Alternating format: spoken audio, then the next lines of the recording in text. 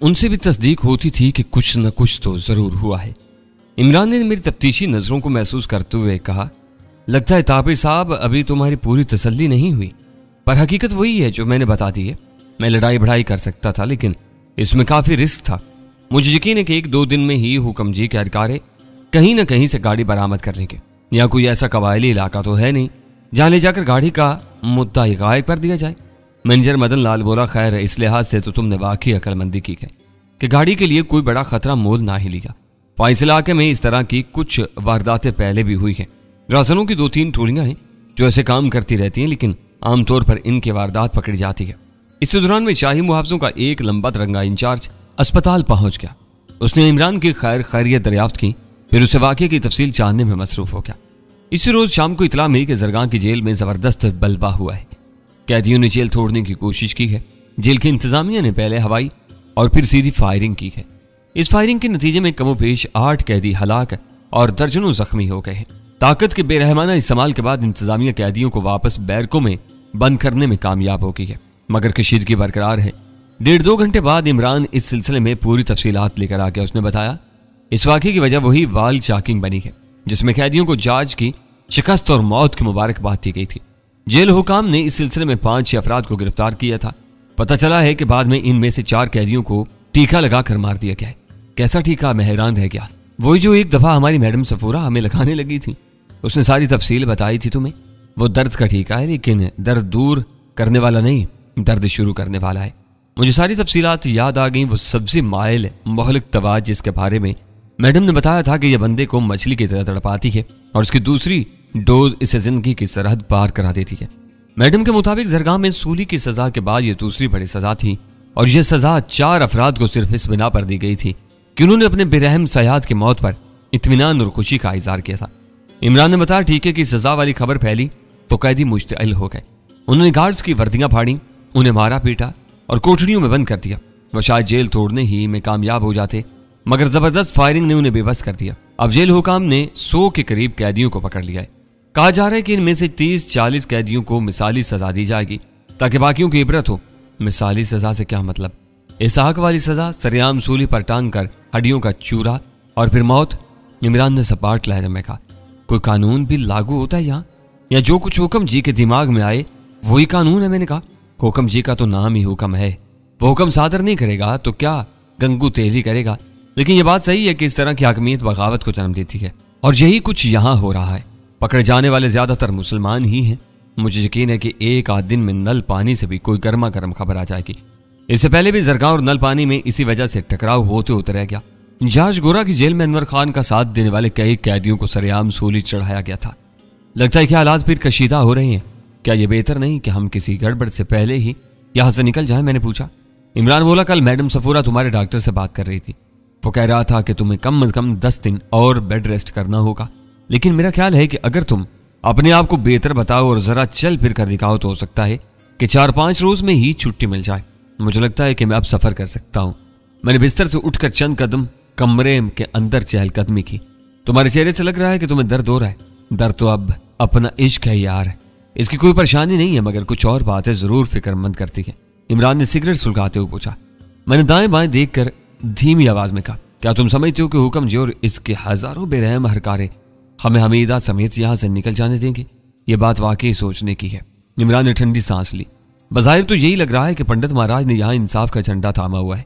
वो यहाँ वही कुछ कर रहा है जो धर्म की किताबों और पोथियों शास्त्रों वगैरह में लिखा हुआ है, लेकिन अंदर से उसका भी कुछ पता नहीं। वो भी इसी हद तक जा सकता है जिस हद तक उसे अपनी खैरियत नजर आएगी। तुम कहना क्या चाहते हो? क्या हमें यहाँ से रवाना करने की बातें बस ढकोसला है? खैर ऐसा तो नहीं है। जरगाह के मुसलमानों और निचली जात के हिंदुओं को मुतमईन करने के लिए हुक्म और उसके साथियों को कुछ ना कुछ तो करना होगा। वो जुबान दे चुके हैं, अगर साफ मुकरेंगे तो इनकी साख का बेड़ा गर्क होगा। हाँ, ऐसा हो सकता है कि वो ऐन मौका पर तुम्हारी और हमीदा की रवानगी रोकने के लिए कोई जबरदस्त उज़र तराश लें, या फिर एक खास फासले तक तुम्हें महफूज रास्ता देने के बाद दोबारा पकड़ लें। या ऐसा भी हो सकता है कि वो कहते कहते चुप हो गया। कैसा भी हो सकता है? मैंने पूछा। चलो छोड़ो यार इन बातों को। लोग तो पहले ही कहते हैं कि ये न्यूज चैनल वाले तस्वीर का सबसे बुरा रुख दिखाते हैं, और बाजुकात सिर्फ रुख ही रुख होता है, तस्वीर होती नहीं। वो हल्के फुल्के मूड में आ गया। और लोग ये भी तो कहते हैं कि ये चिकने घड़ों की तरह होते हैं, सिर्फ वही बात बताते हैं जो बताना चाहते हैं। खुदा का खौफ करो यार, तो मुझे चिकना घड़ा कह रहे हो, जबकि मेरे सर पर बाल ही बाल हैं और ये बाल यूं ही मेरे सर पर नहीं है। इसके लिए बड़ी मेहनत हुई है। अपने दिमाग को बहुत बचा कर रखते हैं हम लोग। बुरे से बुरे हालात में भी इस पर जोर नहीं पड़ने देते। ये दानिश का दौर नहीं, फेस वैल्यू का दौर है। स्क्रीन पर अपनी आपोताप बरकरार रखना पड़ती है। बाकी दानिश का क्या है, ये तो इंटरनेट से आई जाती है। 20 मिनट इंटरनेट के सामने बैठो, किसी भी मौजू पर अलामा का दर्जा पा जाओगे। वो बोलने पर आया तो बोलता चला गया और असल मौजू वहीं तरह का धरा रह गया। बहरहाल ये बात समझ में आ रही थी कि हमारी रवानगी के हवाले से इमरान के जहन में भी बहुत से खदशात मौजूद हैं। आने वाला वक्त एक गहरी धुन में छुपा हुआ था। इस धुन में दाखिल होने से पहले यह जानना मुश्किल था कि अंदर क्या है। एक हफ्ते के बाद मुझे अस्पताल से फारिग कर दिया गया और मैं लाल भवन में मैडम सफूरा के पास आ गया। लाल भवन में आजकल सन्नाटा था। 7वीं का जश्न गुजरे अभी 15-20 दिन ही हुए थे। परियों के इंतखाब में हिस्सा लेने वाली दुशिजाओं की तरबियत की गहमा गहमी अब यहाँ नहीं थी। वो घुंघरुओं की छनकार, वो सुरीले कहके और रंग बिरंगे आंचल, वो सब कुछ कहीं और था। गालिबन वो सब कुछ अभी तक राजभवन की खलवत गाहों को चमका रहा था। रंग बिरंगे आंचलों में डूबते उबरते हुए दूध या हाथ में नोशों के लिए जाम बना रहे थे और लाल भवन में सन्नाटा था। गीता मुखी भी बस आराम फरमा रही थी। वो जरूरत से ज्यादा बनी समरी नजर आती थी और शायद उसकी एक वजह इमरान भी था। वो उसकी हल्की फुल्की हौसला अफजाई करता रहता था। मैं जानता था कि यह हौसला अफजाई सिर्फ बातों तक महदूद है। दोनों गुफ्तगू के तनी थे। गीता मुखी 100 मील फी घंटा की रफ्तार से बोलती थी और इमरान के पास इस रफ्तार का तोड़ मौजूद था। हमीदा भी लाल भवन ही में मौजूद थी। वो सोगवार हुस्न की मिसाल नजर आती थी। उसका शौहर सिर्फ 1 साल पहले इस दुनिया में अकेला छोड़कर उसे चला गया था। यकीनन वो उसकी मौत के गम को अभी भूल नहीं सकी थी। अब उसका देवर भी उसे एक न भूलने वाला दुख दे गया था। वो बहुत सहमी हुई थी। उसकी आंखों में यह खौफ जमा हुआ था कभी वो खतरे में है। गालिबन हमारी तरह उसे भी यकीन नहीं था कि वो जरगाह से बाहिफाजत निकल सकेगी। उसकी अजीब सी कैफियत थी। जरा सी आड़ पर चौंक जाती, कोई आवाज देता तो बिलक उठती। कहते हैं कि दरिंदे की दहशत दरिंदे के जाने के बाद भी तादेर उसके शिकार पर तारी रहती है। हमीदा भी जहाज का शिकार थी। वो उसके कब्जे में रही थी। अब वो दमाबाद रवाना हो चुका था। हमीदा आजाद थी, मगर गुजरे दिनों का हरास जैसे उसकी रूह में जज्ब हो गया था। मुझ पर बहुत तरस आया। मैंने तादेर उससे गुफ्तगू की और उसे यकीन दिलाया कि वो बहुत जल्द मेरे साथ आजाद फिजाओं में पहुंचने वाली है। वो बस हूं हाँ में जवाब देती रही। आखिर में उसने लर्जी आवाज में बस इतना कहा, मैं किस मुंह से आपका शुक्रिया अदा करूं। आपने मेरी खातिर इतना बड़ा खतरा झेला, इतने सारे जख्म खाए। मैं जितनी देर जिंदा रही आपकी ये मेहरबानी भूल ना ही सकूंगी। तुमसे कोई ज्यादती तो नहीं हुई? मैंने पूछा। उसने गर्दन झुकाई और नफी में हिलाई। कुछ देर बाद होले से बोली, लेकिन जब मेरे देवर इसहाक ने मेरे लिए लड़ाई की और हारा तो जार साहब ने बहुत शराब पी थी। लड़कियों का नाच देखा था और मुझे भी नाचने के लिए कहा था। मैं ना ही नाच सकी तो उन्होंने मुझे सख्त बुरा बलाकार बोले, तुम अब बहुत जल्द मेरी जोरो बनने वाली हो। मेरे तरीके के मुताबिक चलना सीखो। अब परेशानी की कोई बात नहीं हमीदा, मैंने कहा। अब वो जलील अपने तरीके के मुताबिक चलता हुआ कब्र में उतर चुका है और हम अपने तरीके पर चलकर इंशाअल्लाह ताला नलपानी पहुंचेंगे। वो कुछ देर खामोश रहकर होले से बोली, आपने अभी तक अपने बारे में कुछ ना ही बताया। मैंने कहा, मेरे ख्याल में तुम्हारे लिए इतना जान लेना काफी है। हम दोनों इसहाक के दोस्त हैं। तुम उसकी भाभी थी तो हमारी भी भाभी हो। उसकी आंखों में नमी आ गई। वो अपनी सफेद ओढ़नी से आंखों के किनारे पूंछ कर बोली, आपको मेरे बारे में इसहाक ने बताया था? नहीं, ये कोई और था। मैंने कहा। उसी ने हमें तुम्हारी सारी कहानी सुनाई और बताया कि तुम किस साल में हो। कौन था वो? वो हैरानी से मुझे देखने लगी। तुम्हारी एक खैर खा, लेकिन उसके बारे में तुम्हें फिर बताऊंगा, मैंने कहा। इसी दौरान में मैडम सफूरा की आवाज आने लगी। वो राजभवन से वापस आई थी और मुलाजमों को जरूरी हदायत दे रही थी। बाहर हल्की बारिश हो रही थी। इमारत की ड्योढ़ी से अंदर आने के लिए मैडम को यकीनन छतरी की जरूरत थी। इमरान ने मुझे आंख मारी और फिर एक छतरी लेकर बड़े खादमाना अंदाज में जल्दी से बाहर निकल गया। थोड़े ही दिनों में इमरान ने मैडम के साथ अपने ताल्लुकात काफी से ज्यादा बेहतर कर लिए थे। उसे दिलों में घर करने का फन आता था। वो अपने मुखालिफिन पर जबरदस्त खुश इखलाकी और अपनाइयत से हमला आवर होता था और देखते ही देखते उनकी नफरत के दांत खट्टे कर देता था। मैडम की दुश्मनी पर उसने पहला शदीद हमला तब किया जब बंद कमरे में जहरीले सांप ने मैडम को डसा था। इमरान ने बेदुरेक अपने होंठ मैडम के जहरीले जख्म पर रख दिए थे और दरअसल यहीं से उसके ताल्लुक ने एक नया मोड़ लेना शुरू कर दिया था। मैडम के लिए अपनी छोटी बहन के कातिल को माफ करना आसान नहीं था, मगर धीरे धीरे ऐसा हो रहा था और अब तो किसी वक्त लगता था कि ऐसा हो चुका है। थोड़ी देर बाद मैडम और इमरान बातें करते हुए अंदर दाखिल हुए। इमरान खुद भीग गया था, मगर मैडम के ऊपर छतरी मौजूद रही थी। मैडम के चेहरे पर इत्मीनान की कैफियत थी। मुझसे मुझे अंदाजा हुआ कि वो राजभवन से कामयाब लौटी है। दरअसल मैंने मैडम सफूरा से कह रखा था कि वो हुक्म से इस बात की इजाजत ले कि मैं इमरान को अपने साथ नलपानी ले जा सकूं। वो इसी सिलसिले में राजभवन गई हुई थी। मेरा अंदाजा दुरुस्त निकला। मैडम ने मुझे ये खुशखबरी सुनाई कि हुक्म जी ने मेरी ये इस्तदा कबूल कर ली है। मैं अपने हम वतन को अपने साथ ले जा सकता हूँ। इमरान ने कहा, क्या बात है मैडम, हमारी हर इस्तदा मानी जा रही है, सब कुछ ठीक लग रहा है। कहते हैं कि जब सब कुछ ठीक लग रहा हो तो कहीं कुछ गलत भी होता है। मैडम फौरी जवाब देने के बजाय सोच में पड़ गई और कुछ देर बाद बोली, इस मौका पर यकीन से तो कुछ नहीं कहा जा सकता। यह भी हो सकता है कि हमारे अंदेशे गलत हो। पंडित महाराज ने वाकई राजभवन वालों को कायल कर लिया हो कि कमिटमेंट के मुताबिक ताबीज को छोड़ देना चाहिए। मुझे पता चला है कि कल रात भी पंडित महाराज और हुक्म जी की तवील मीटिंग हुई थी। इस मीटिंग में रंजीत पांडे शरीक नहीं था, हालांकि ऐसे मौकों पर वह शरीक होता है। तुम्हारी हिफाजत, रवानगी और सिक्योरिटी की जिम्मेदारी एक मुसलमान फौजी अफसर बिशारत अली खान को सौंपी गई है। वही तुम्हें जरगाह की आखिरी हद तक ले जाएगा। बहरहाल अभी इस बारे में हतमी फैसला होना है। वो आगे कुछ कहना चाहती थी मगर फिर खामोश होगी। इमरान ने कुरेदा आप कुछ बताने लगी थी। उसने तवील सांस ली और बोली, कुछ बातें शक रफा करने वाली हैं तो कुछ शक डालने वाली हैं। तुम्हें वो बुढ़िया तो याद है ना जिसने हुक्म जी के दरबार में हंगामा मचाया था? मैंने इस बात में सर हिलाया। मैडम बोली, गीता मुखी को इर्द गिर्द की बड़ी खबर रहती है। उसने बताया कि परसों सुबह बुढ़िया ने फिर बड़ा खतर मचाया। उसने 4-5 दिन से खाना भी न बंद कर रखा था। परसों सुबह वो मुहावजों के रुकने के बावजूद भरे दरबार में चली आई। उसने इस बात पर सख्त एहतजाज किया कि सांबर की आड़ में तुम जैसे बड़े अपराधी को छोड़ा जा रहा है। उसने ववेला किया कि धर्म के पालन के लिए उसने अपनी पूरी फैमिली कुर्बान की है, अब वो खुद को भी कुर्बान कर देगी। उसने खुद को बाकायदा आग लगाने की कोशिश की, बड़ी मुश्किल से उसे संभाला गया। पादजा हुक्म जी और रत्ना देवी वगैरह ने इसे अलहदगी में समझाया बुझाया। ये बुढ़िया अब बिल्कुल मुतमईन नजर आती है। गीता मुखी बता रही थी कि वो अब खा भी रही है। अब पता नहीं कि इसमें ये तब्दीली क्यों आई है। कुछ देर तक इस बारे में बात हुई, फिर इमरान ने मौजू बदलते हुए कहा, मैडम तो फिर आपने अपने बारे में क्या फैसला किया है? मेरा मतलब है कि आप कब तक पहुंच रही हैं नलपानी? तुम्हें इतनी फिक्र क्यों है मेरी? आपकी फिक्र क्यों नहीं होगी? यकीन करें इन चंद हफ्तों में आपकी इतनी आदत हो गई है कि आपकी कमी बेहद महसूस होती है। और वैसे भी हमारा साथ कोई आज का तो नहीं है, बरसों की बात है। उल्लू मत बनाओ, मैं जानती हूँ तुम यहाँ स्टेट में सिर्फ ताबिश के लिए आए हो। मेरी यहाँ इब्राज सिद्दीकी के बारे में तुमने भूल कर भी नहीं सोचा होगा। ऐसा मत कहें मैडम, आप नहीं जानती कि आप हमारे लिए क्या हैसियत रखती हैं। यकीन करें मैं तो चाहता हूँ कि कोई ऐसी सूरत निकल आए कि आप हमारे साथ ही यहाँ से रवाना हो जाएं, और तुम जानते हो ऐसा मुमकिन नहीं है। मैडम मुस्कुराई, फिर सिगरेट का एक गहरा कश लेकर संजीदा होते बोली, हाँ मुस्तकबिल करीब में उम्मीद रखी जा सकती है। मैं कोई ऐसा मौका तलाश करूंगी कि यहाँ से निकल कर नल पानी पहुंच सकूं। लेकिन आप कोई बड़ा खतरा मोल मत लें, मैंने खुलूसे दिल से कहा। अगर बड़ा खतरा मोल लेना पड़े तो फिर आप इंतजार करें। हमारा वादा है मैडम, हम आपको और इब्राज सदीकी को लिए बगैर स्टेट से नहीं जाएंगे। मैंने बहुत पहले वादों पर एतबार करना छोड़ दिया है। बहरहाल अच्छे की उम्मीद तुम भी रखो, मैं भी रखती हूँ। मैडम ने अजीब से लहजे में कहा, फिर जरा तवक्कुफ के बाद कहने लगी, ताबिश तुम अपना बहुत ख्याल रखो। तुमने जार जैसे शख्स को हराकर जहाँ एक बेमिसाल विक्ट्री हासिल की है, पाप ने बहुत से दुश्मन भी बना लिए हैं। ये दुश्मन सिर्फ यहाँ ही नहीं, नल पानी में भी तुम्हें नुकसान पहुंचाने की कोशिश कर सकते हैं। मैंने मैडम सफूरा को यकीन दिलाया कि मैं इसकी हदायत पर अमल करूंगा और फिर हमारी रवानगी की तैयारियां मुकम्मल होगी। हम अजीब गोमगो की कैफियत में थे। कभी लगता था कि हमें नेक नियति के साथ यहाँ से रवाना किया जा रहा है, कभी दाल में कुछ काला लगता। एक दिन पहले पंडित महाराज ने लाल भवन आकर मुझे आशीर्वाद दी और कहा कि नहायत नामसाद हालात के बावजूद हुक्म जी अपना वादा पूरा कर रहे हैं और मुझे हमीदा बीबी के साथ जरगाह से रवाना किया जा रहा है। मैंने पंडित महाराज का शुक्रिया अदा किया और कहा कि मेरी सलामती और बखैरियत वापसी में इनका किरदार है जिसे मैं हमेशा याद रखूंगा। पंडित महाराज उन लोगों में से था जो म्याना रूह होते हैं। इन्हें बुरा कहा जा सकता है, न अच्छा, न स्याह न सफेद।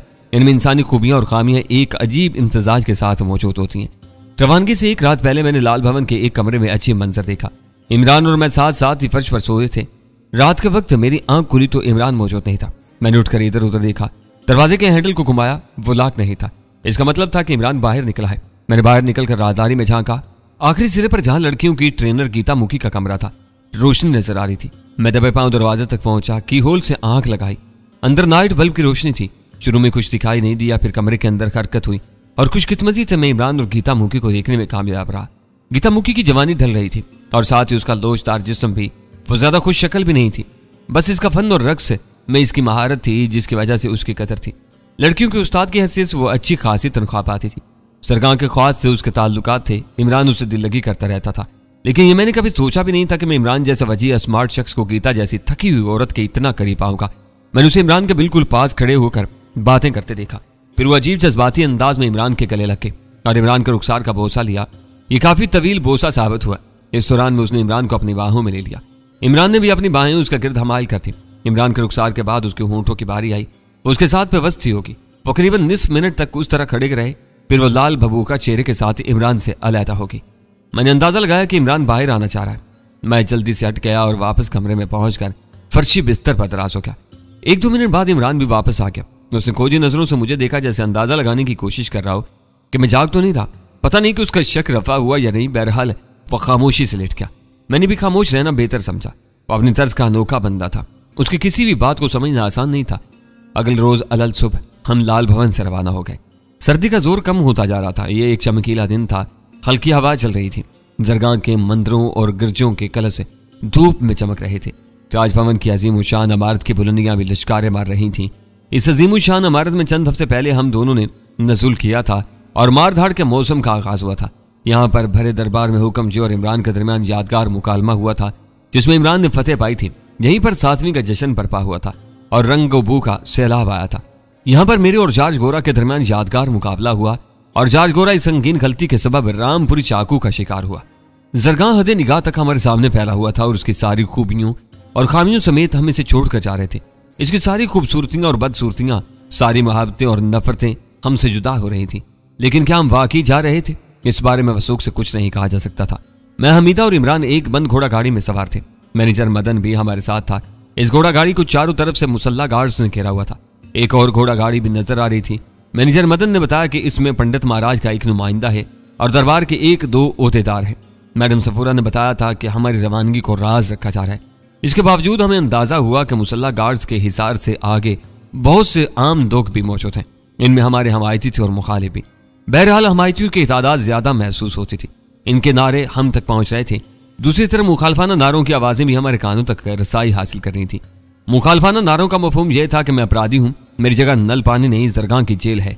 मेरी हमायत के नारे कुछ सहमे सहमे थे, मगर नारा जन अफराद की तादाद ज्यादा थी। मैंने सोचा हो सकता है कि इन नारा जन अफराद में वो लड़की भी शामिल हो जिसने शुरू में हमें दरगाह में पनाह दी थी।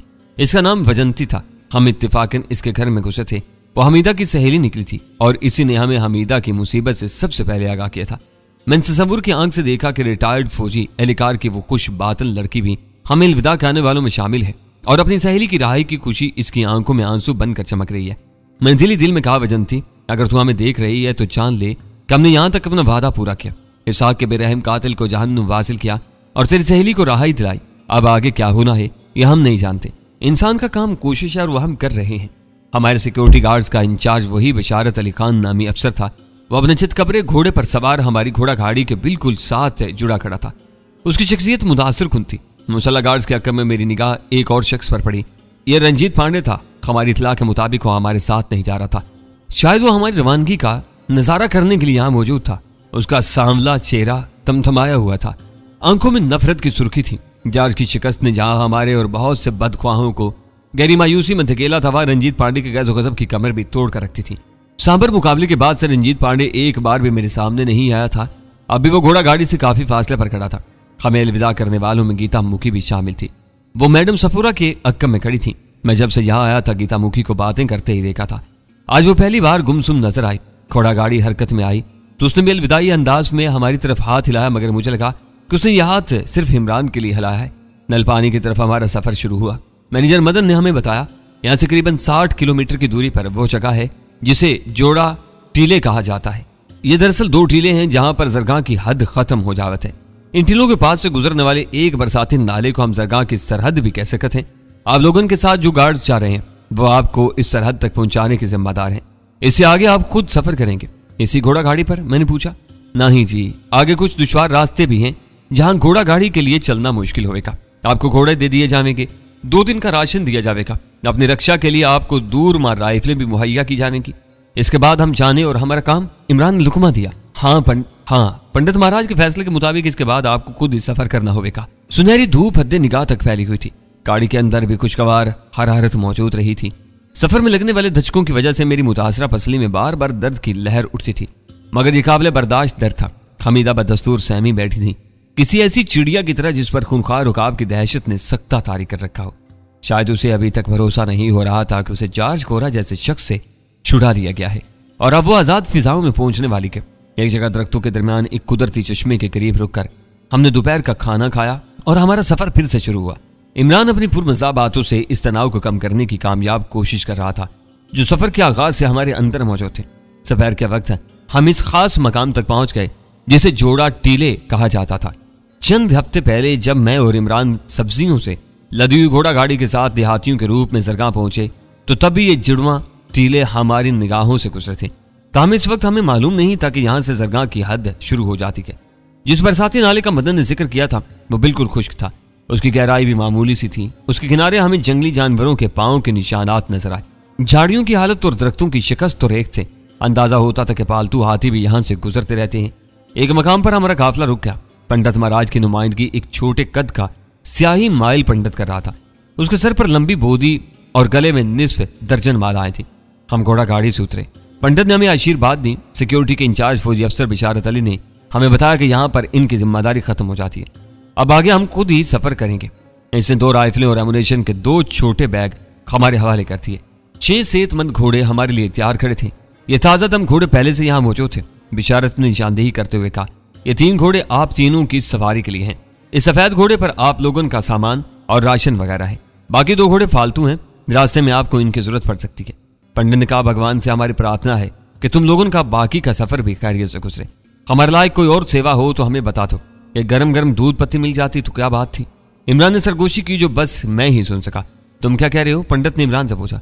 कुछ नहीं जी, आप लोगों का प्रेम देखकर आपसे जुदा होने को दिल नहीं चाह रहा। कितना अच्छा होता अगर आप कुछ देर और हमारे साथ रहते। कोई बात नहीं, हमारी प्रार्थना तो आपके साथ है। इमरान ने दाएं बाएं देखा। किधर है जी? कौन? प्रार्थना? इमरान ने कहा।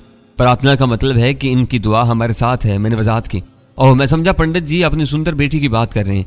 इससे मंदिर की सीढ़ियों पर मुलाकात हुई थी, मैं समझा शायद उसका नाम प्रार्थना है। इमरान ने बत्तीसी निकाल कर कहा। पंडित के चेहरे पर रंग सा आकर गुजर गया। उसने नागवारी से इमरान की तरफ देखा। वो जैसे समझ नहीं पाया कि उसकी इस ऊट पटांग बात का क्या जवाब है। उसने बड़ी मुश्किल से ये बेखुदगी बर्दाश्त की और श्लोक पढ़कर हमें जाने की इजाजत दी। इमरान ने हमीदा को सहारा देकर घोड़े पर सवार करवाया। हम दोनों भी सवार हो गए। बाकी तीनों घोड़े भी एक ही रस्सी से बने हुए थे और हमारे साथ थे। हमने जरगाह की ख्याली सरहद पार की और मशरिक की समत बढ़ने लगे। ये वीरान रास्ता था। ये कहीं कहीं झाड़ियां या ऊंची जंगली घास थी। जमीन नीम पुख्ता थी। घोड़े दुल की चाल चलते जोड़ा टीले से दूर होने लगे। हम तकरीबन निस्फ किलोमीटर दूर आ गए तो इमरान ने मुड़कर पीछे देखा।